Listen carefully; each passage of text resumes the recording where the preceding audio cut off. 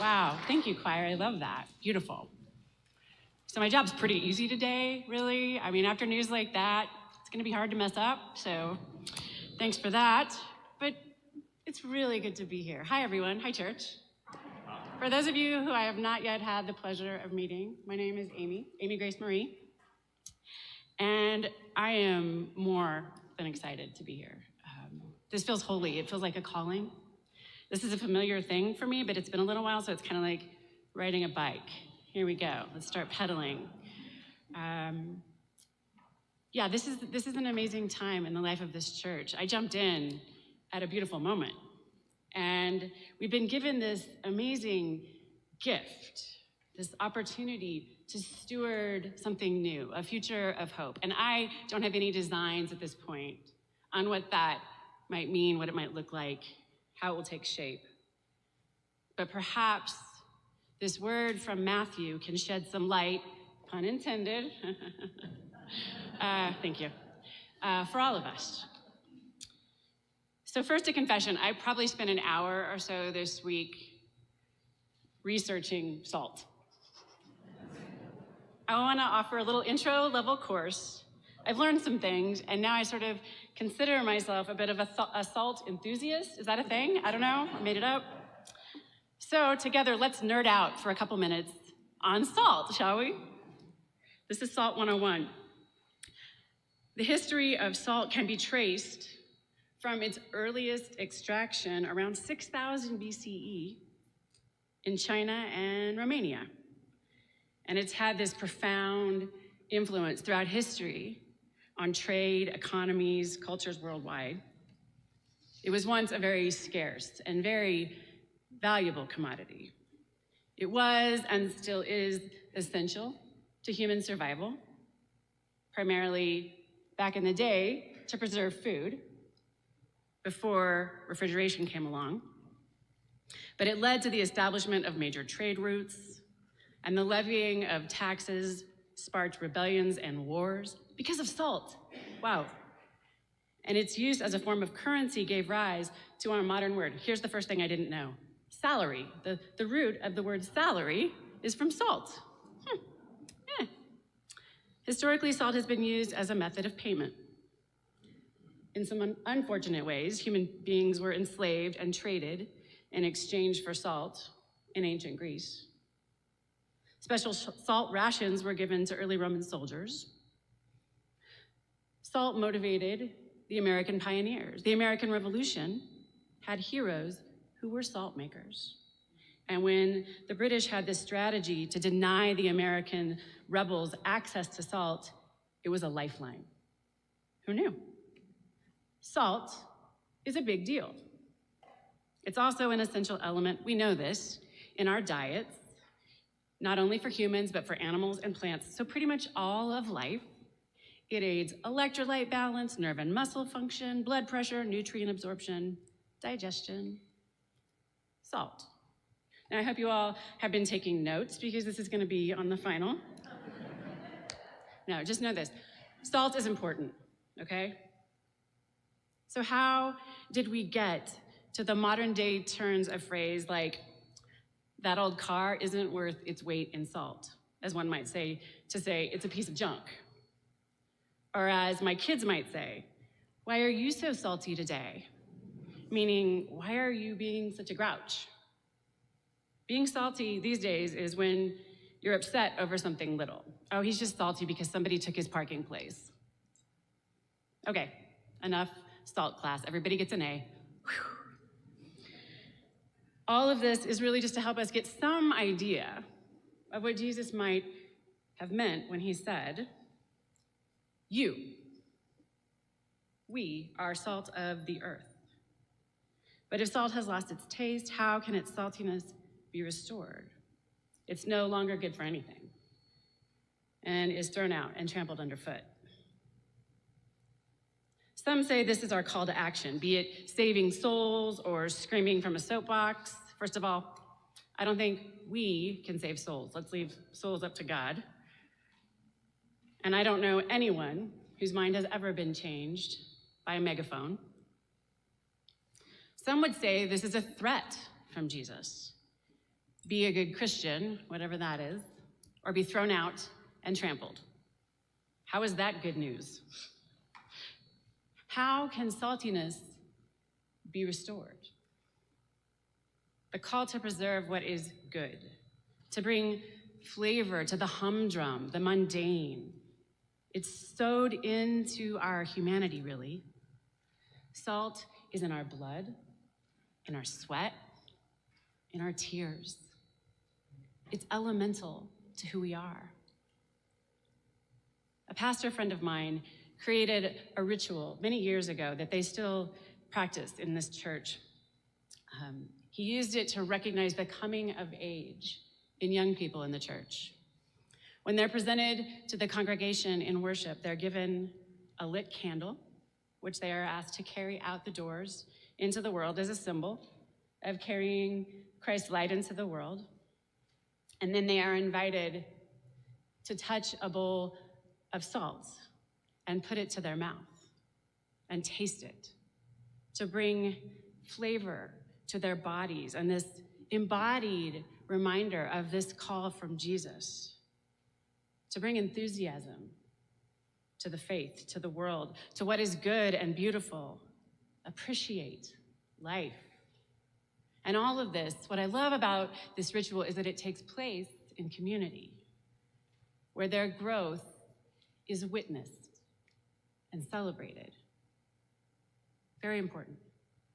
We have lost so many rites of passage in our world. The ways that we mark time for young people, if you think about it, they're more routine and practical than anything else. So there's getting a driver's license, big deal, very secular. Getting to vote, very important, secular. Getting kicked off their parents' health insurance at the age of 25, woohoo! Without witnessed and celebrated rites of passage, many young people experience what is being called now a protracted adolescence. And if the fires that innately burn inside these young people are not lovingly and intentionally held at the hearth of a community, we're learning that they will burn down the structures of the culture. We see it everywhere, and I don't blame them. Let's consider the elements that represent work and sacrifice and struggle and grief. Our blood, our sweat, our tears, all of them are salty, and all of them, interestingly enough, are the same level of salinity as the ocean. Another thing I didn't know, exactly the same level of salinity. I find that comforting somehow, that it all comes from the same source and eventually makes its way back. Our tears, our suffering, our work, none of it is wasted. Eventually it all rejoins the tidal ebbs and flows of life and begins again. That's beautiful. So what is the church's role in all of this?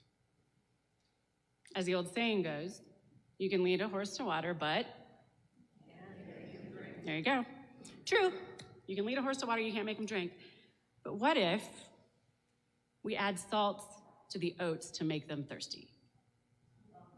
I think this is why Jesus tells parables. I think he's giving us some clues as to how saltiness can be restored. We need to help people build spiritual muscles in order to bear the weight of living in the world today. Rather than hardening their opposition, we attract them with good questions. We don't have all the answers. We don't have certainty, but we can hold up good questions together and help each other contend with the restlessness and the pain and fear that seems to be pretty much everywhere these days. We have shared wisdom and support and love in community. This is why church still matters, amen? We share not our certainty, but we share what breaks our hearts, and we accompany one another in suffering. We hold a safe space. We show love by showing that we love others more than we love our opinions. I'm preaching to myself here. And we model restraint, the ultimate show of strength, I believe. If Jesus is our example, then restraint is his greatest superpower. So when people say things like, well, whatever we might find objectionable, I'm not going to give you examples. We know. Instead of responding in anger, we might say, I need to think about that.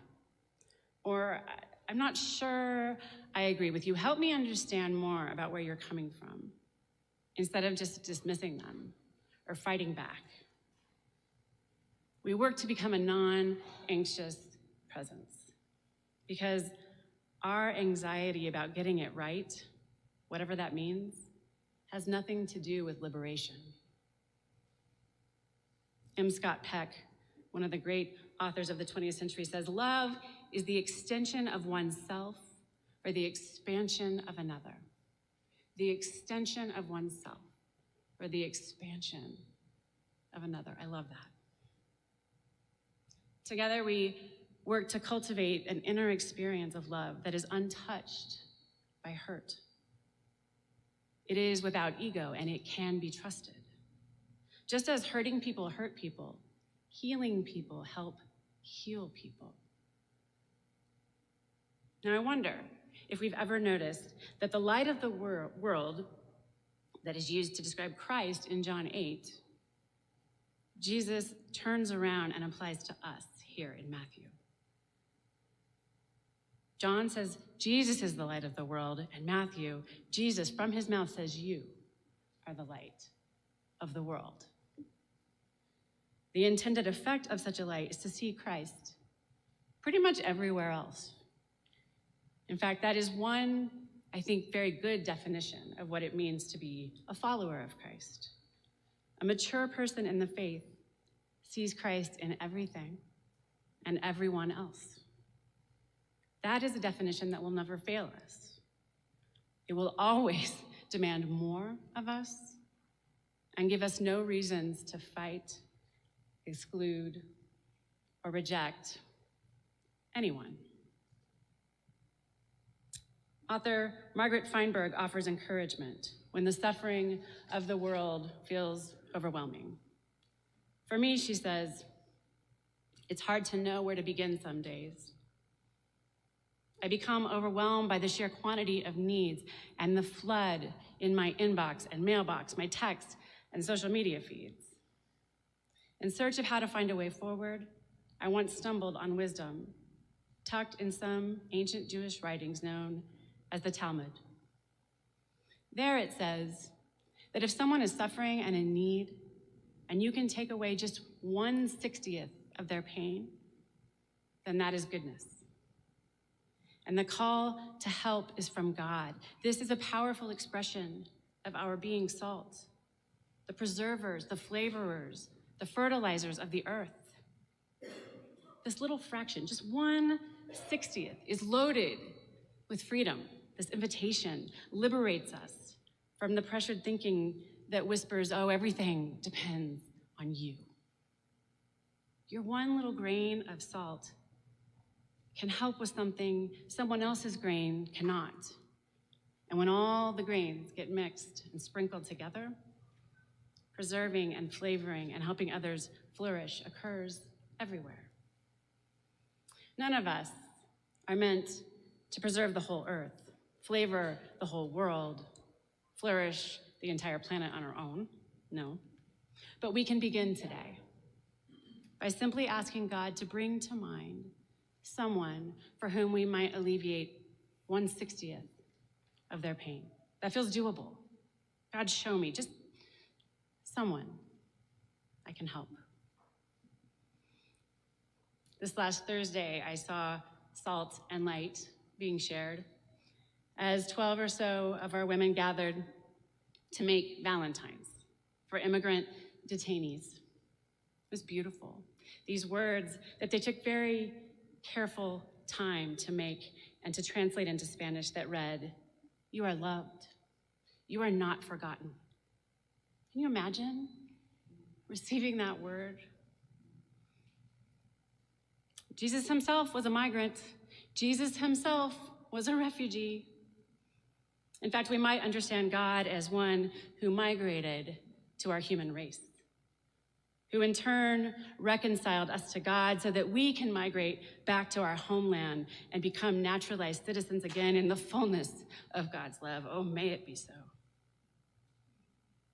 What we see in today's gospel teachings is this seamless garment of life that runs through homelessness, runs through immigration, runs through the elderly, runs through our enemies, through Democrats, through bullies, through sanitation workers, through nurses, through Republicans, through ICE agents, through grocery store clerks, through independents, through celebrities, through teachers and children, and you, and me. And if we cannot first see it within ourselves, and then in those people, we have lost touch with our humanity, and we need to become salty. We need our salt restored. Sean Dietrich is a storyteller, a humorist, and a columnist, and he has this beautiful, deep Southern drawl that I cannot muster. He talks very slowly, so you'll just have to imagine that part as I share a story that I came across recently. He says that when he was a kid, church ladies ran the whole world. Elderly women were always telling me what to do, randomly appearing from the shadows and trying to feed me. Our little microcosmic community was operated by elderly women in beehive hairdos, oh yes. They drove Lincolns and Mercury Grand Marquis and Ford F-100s. Church ladies carried the keys to our whole universe, not metaphorically, but worse, allegorically. They carried the keys to the library, the school, the church building, all on huge keychains, which these church ladies kept in their prodigiously large church lady purses. I can picture them. They were about the size of Waffle Houses, these purses. You'd find anything you wanted in there. You could find professional grade first aid kits, cosmetic supplies, underpants, spare tires, and if you were hungry, you could find a 3-course meal in such a purse. Although it was likely to taste like Rolaids and purse dirt. Yep. All the mints that I had in church tasted like Rolaids and purse dirt. So these were the women, he says, who raised me, really. They were always present in my life. They taught every class, directed every pageant. They visited every hospital. They prepared fellowship hall suppers and played the piano every 5th Sunday sing. And when your mom worked doubles, they babysat you. And when you lost a loved one, it was these church ladies who would organize a church committee that would overload your porch with casseroles, which is exactly what happened when my father died. My father died by his own hand when I was 11 years old. And the very next morning, I heard voices on our porch before sunrise. The very next morning, ladies' voices, church ladies there, they were everywhere, leaving casserole pans and cookware all covered in tinfoil, Corningware dishes, nestled in gingham dish rags. And it was also church ladies who took pity on me in the weeks after my father died. See, after my father's end, I lost weight because I couldn't eat.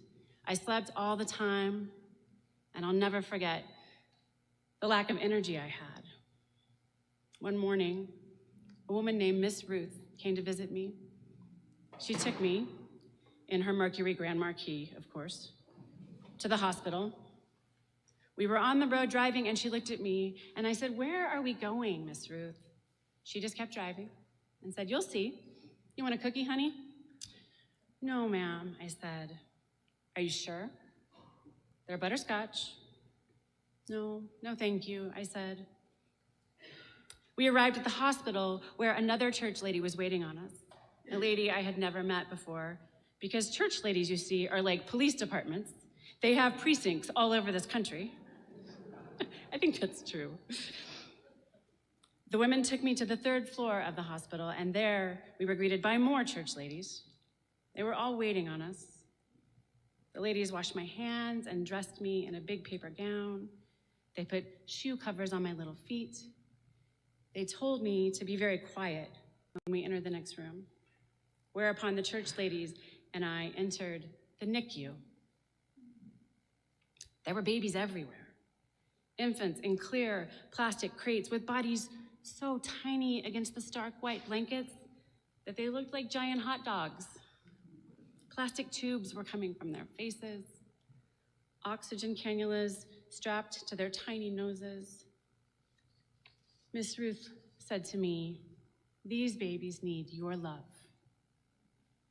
Then the lady sat me in an enormous easy chair and placed a newborn baby in my arms. They said my job was to cuddle this child. And so it was for 3 hours one day. I cuddled babies. One infant's name was Jade. I'll never forget her. I told her I loved her, and she clasped her tiny hand around my finger, which is a baby's way of saying, "I love you back." Well, he says, that was the first day I felt like eating a decent supper. Saltiness restored. Hold on to love, friends. Hold it very near your heart. It is the most precious thing. May we all have the grace to be a little more salty these days, to preserve what is good, to bring flavor to the mundane, and to point all who thirst toward the living water of Christ. Amen, and may it be so.